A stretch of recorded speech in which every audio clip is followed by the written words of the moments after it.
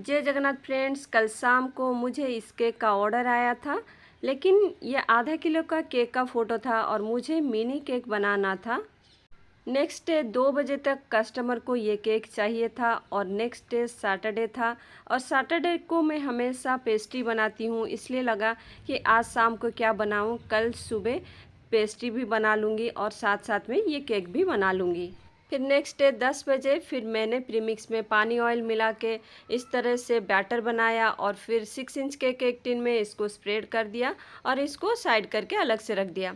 अब दूसरा एक बर्तन में मैंने प्रीमिक्स ले लिया, पानी डाला, फिर ऑयल डाल के बैटर बना लिया, जो कि मिनी केक के लिए मैंने बनाया था। यहाँ पे मैंने 90 ग्राम प्रीमिक्स लिया था और 5 इंच की केक टिन में बैटर को डाल के मैं ओटीजी में दोनों स्पंज को बेक होने के लिए रख दूँगी। स्पंज जब बेक हो रहा था उस समय मैंने क्रीम को भी बीट कर लिया और फ्रीजर से चॉकलेट गनाश को लाके डबल बॉइलिंग करके मेल्टेड फॉर्म में ले आई। फिर मैंने क्रीम के अंदर वनीला एसेंस डाला और जैसे ही 1 टीस्पून चॉकलेट गनाश क्रीम के अंदर डाला, तभी के तभी एक फ़ोन कॉल आ गया। कस्टमर को ब्राउनी चाहिए था। फिर जब तक मैंने उनसे बात करने के बाद देखी, जो चॉकलेट गनाश मैंने क्रीम में डाला था वो क्रीम ठंडा होने की वजह से वो एकदम से छोटे छोटे पीसेस में कन्वर्ट हो गए हैं। अब ये क्रीम के साथ अच्छे से मिक्स नहीं हो रहा है। फिर मैंने उसमें और चॉकलेट गनाश डाला मेल्टेड वाला, फिर उसको मिक्स करके पाइपिंग बैग में क्रीम को भर दिया, लेकिन वो सारे पीसेस इस क्रीम के अंदर ही थे। अब सिरप के लिए दूध में थोड़ा सा चॉकलेट गनाश डाला और वनीला एसेंस डाल के इसको अच्छे से मिक्स कर दिया और एक बॉटल में डाल दिया। अब स्पंज बेक हो चुका था और बहुत गर्म भी है। अब इसका ये बटर पेपर में निकाल लूँगी और फिर इसको कट करके पंखे के नीचे 5 मिनट छोड़ दूँगी ताकि ये ठंडा हो जाएगा। अभी ये बहुत गर्म है। अगर आप सूरत सिटी में रहते हो और मेरे किचन से केक के साथ साथ फूड ऑर्डर करना चाहते हो तो फिर स्क्रीन के ऊपर नंबर है, आप कॉल करके डिटेल्स पता कर लें। इसके अलावा उड़ीसा के भुवनेश्वर के एम्स हॉस्पिटल के पास कुकिंग एंड बेकिंग रिलेटेड मेरे 30 क्लासेस चलते हैं। अगर किसी को चाहिए तो वो कॉल करके डिटेल्स पता कर ले। हर कोर्स की फ़ी ओनली 3000 रुपीज़ है। इसके साथ साथ सूरत में भी क्लासेस होती हैं। अब मैंने केक बोर्ड के ऊपर एक स्पंज के लेयर को रख दिया और क्रीम से उसको एकदम से स्टिक कर लिया। अब इसको सिरप से सोक करने के बाद इसके ऊपर मैं क्रीम को भी स्प्रेड कर दूँगी।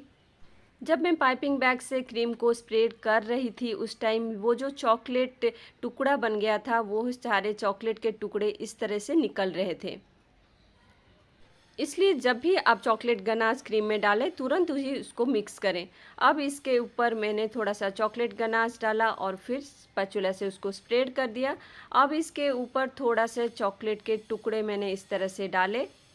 देखिए यहाँ पे क्या हुआ था, कस्टमर मुझे जो डिज़ाइन दिखाए थे शायद वो आधा किलो का केक का डिज़ाइन था, लेकिन उन्होंने मुझे मिनी केक के लिए ऑर्डर दिया था।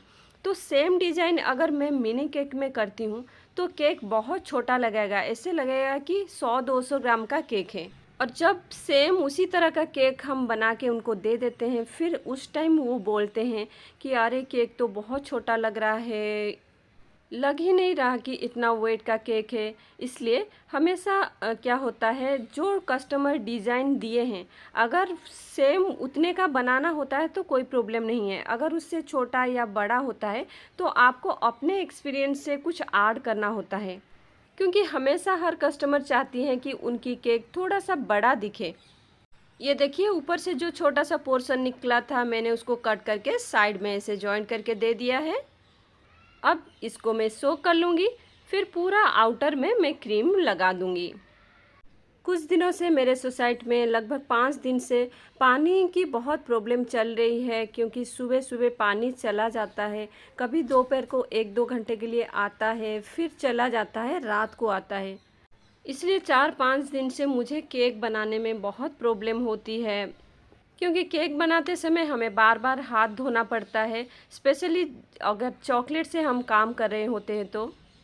इस तरह से टॉप पोर्शन को स्पैचुला से और साइड के पोर्शन को स्केल से मैंने क्लीन कर दिया और फिर ये ऊपर में जो एक्स्ट्रा क्रीम आया था इसको मैंने इस तरह से निकाल लिया। अब एजेस को ठीक करने के लिए मैंने इस तरह से एक छोटा सा पेपर ले लिया और धीरे से इसके ऊपर चला दिया और जो भी एक्स्ट्रा क्रीम ऊपर आया था इसको इस तरह से स्पैचुला से निकाल रही हूँ। फिर इस चॉकलेट गनाश को मैंने उंगलियों से इस तरह से लिया और फिर इस तरह से छींटे मारने लगी। फिर लगा कि इस तरह से ये अच्छे से स्प्रेड हो नहीं रहा है, तो पाइपिंग बैग में डाल के इस तरह से मैंने कर दिया। कस्टमर ने जो डिज़ाइन दिए थे वहाँ पे बॉर्डर नहीं था, लेकिन मैं बना रही हूँ क्योंकि ये मिनी केक है। अगर बॉर्डर नहीं बनाऊँगी तो बहुत छोटा लगेगा देखने में। फिर इसके ऊपर मैंने 2 गार्निशिंग लगा दिए थे, साइड में भी थोड़े राउंड के गार्निशिंग लगा दिए थे और ऊपर में तन्वी लिख दिया था और गोल्डन डस्ट से उसको पेंट कर लिया था। फिर टॉप पोर्शन में थोड़े से गोल्डन बॉल डाल दिए। फिर फ़ोटो लेके वेट के साथ कस्टमर को फ़ोटो सेंड कर दिया। कस्टमर को केक पसंद आया था, उन्होंने मैसेज किया था और फिर मैंने ये केक बनाने के तुरंत बाद ही मैंने ये पेस्ट्री बनाना स्टार्ट कर दिया था। लेकिन आज की पेस्ट्री में कल जो केक में बनाई थी, जो पिंक कलर का क्रीम बचा था, येलो कलर का क्रीम बचा था और थोड़ा सा मैं फ्रेश क्रीम भी बनाई थी, वो सबको मिक्स करके बनाऊंगी। सबसे पहले मैं केक को इस तरह से ट्रिम कर लूँगी, फिर 3 लेयर्स में इसको डिवाइड कर दूँगी। ऊपर के डोम पोर्शन से जो पार्ट निकला था उसको इस तरह से स्ट्रिप में मैं कट कर लूँगी। पहले वाला चॉकलेट क्रीम के लिए जो मैं क्रीम बना रही थी उस टाइम थोड़ा सा ज़्यादा मैं बना ली थी और उसमें से थोड़ा सा ये येलो क्रीम में मैं मिक्स कर दी और पिंक में भी थोड़ा सा मिक्स कर दी, क्योंकि ये कल का क्रीम था। अगर मैं इस तरह से डायरेक्ट इसको देती तो इसमें बबल्स रहते, इसलिए मैंने थोड़ा सा जो आज का क्रीम है उसको मिक्स करके अच्छे से स्पैचुला से मिक्स कर दिया और फिर इसके ऊपर इस तरह से मैंने स्प्रेड कर दिया। एक लेयर में मैंने येलो क्रीम दी और फिर इसके ऊपर मैंने पाइनएप्पल क्रश डाला। क्रश को फैलाने के बाद फिर मैंने इसके ऊपर ये जो टॉप पोर्शन का लेयर था इसको डाली और ये जो स्ट्रिप्स में मैंने कट किया था इसको इस तरह से मैंने एडजस्ट किया, क्योंकि टॉप पोर्शन हमेशा छोटा होता है थोड़ा सा दूसरे लेयर से। अगर आप इस तरह से ये स्ट्रिप्स को लगा देते हैं तो फिर वहाँ पे जितना क्रीम जाना चाहिए था वो क्रीम आपका बच जाता है और केक भी ज़्यादा क्रीम नहीं लगता है। अब इस लेयर को मैं सिरप से सोक कर लूँगी। फिर इसके ऊपर ये पिंक वाला क्रीम की लेयर दे दूँगी।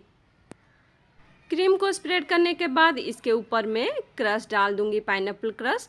फिर मैं तीसरी लेयर को इस तरह से डाल लूँगी और फिर इसको भी सोक कर लूँगी। अब इसके ऊपर मैं ये जो येलो क्रीम है इसको दे दूँगी। इसी में येलो क्रीम ख़त्म हो गया। अब इसके ऊपर मैं थोड़ा सा आज जो वाइट क्रीम बनाई थी उसको डाल के इस तरह से मर्ज कर दूँगी। फिर साइड में मैं जो पिंक क्रीम था उसको इस तरह से दे दूँगी।